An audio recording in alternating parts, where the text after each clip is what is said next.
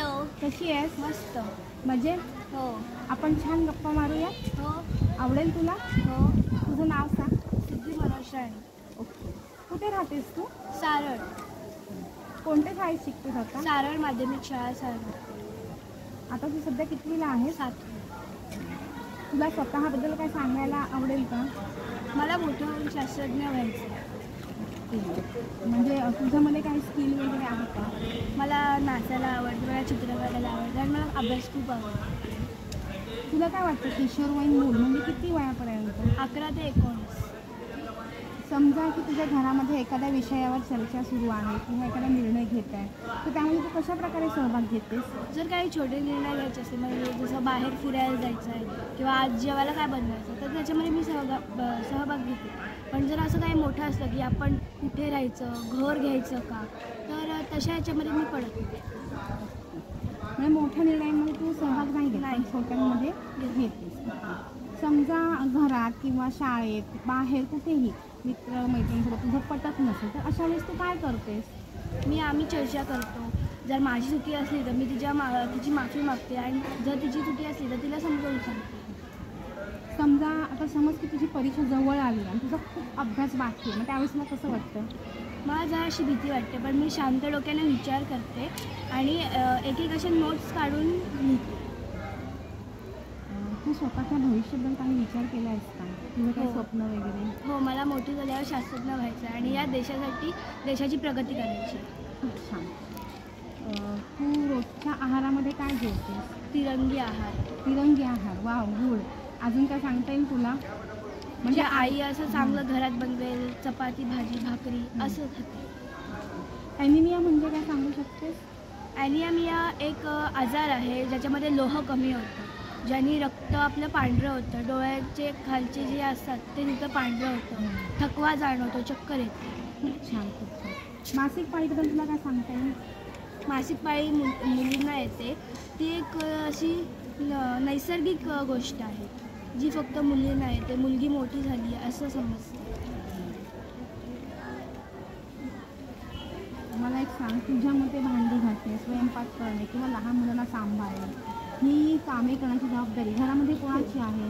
समाज असं बोलतो की हे स्त्रियांना केलं पाहिजे, पण असं नाही आहे की फक्त स्त्रियांनीच केलं पाहिजे, पुरुषांनी केलं पाहिजे, आपण छोट्यांनी मदत केली पाहिजे आईला.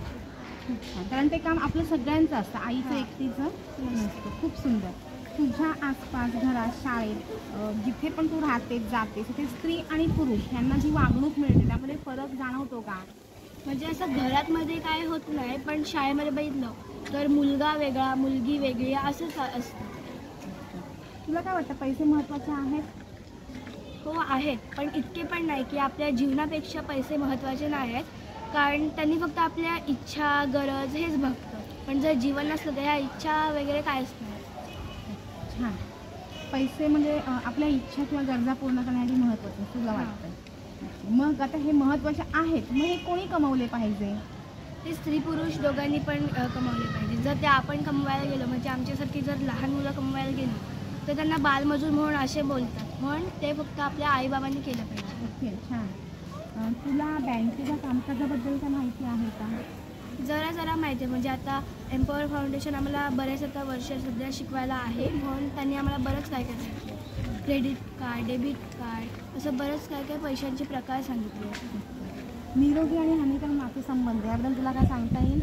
निरोगी संबंध म्हणजे ज्यांनी आपल्याला आनंद होतो किंवा जे आपल्याला हवं असं वाटतं ते, आणि जे हानिकारक असतात ते आपल्याला नकोसे वाटतात किंवा आपल्याला राग येतो, असं वाईट वाटतं ते घडतं. हिंसाचार आणि स्वसुरक्षितता तुला काय सांगता येईल का?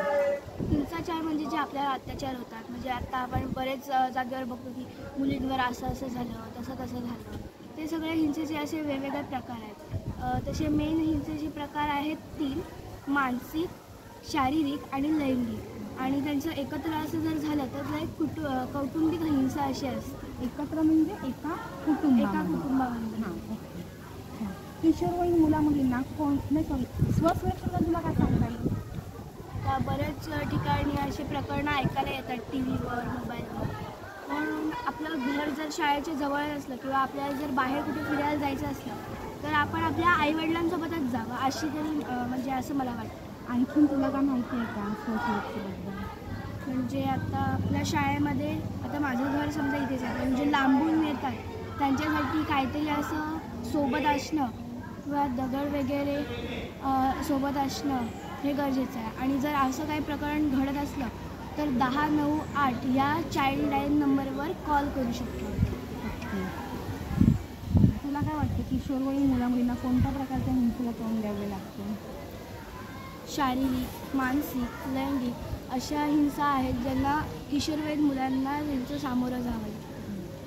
सेतू आता आम्ही जेथे येऊन शिकवतो म्हणजे आपला हा सेतू कार्यक्रम आहे, याबद्दल पुन्हा असं वाटते का तुमच्या आयुष्यामध्ये काहीतरी फरक पडला म्हणजे फायदा झाला आहे? हो, आता एम्पॉवर फाउंडेशन आम्हाला शिकवायला आहे, तर तुम्ही जे सांगता ते आम्हाला बऱ्यापैकी समजतं. म्हणजे तुम्ही कसं करायचं, जीवनामध्ये काय करायचं, तुम्ही जीवन कौशल्य शिकवता हे माझ्या वडिलांना पण खूप आवडलं. थँक्यू. वेलकम.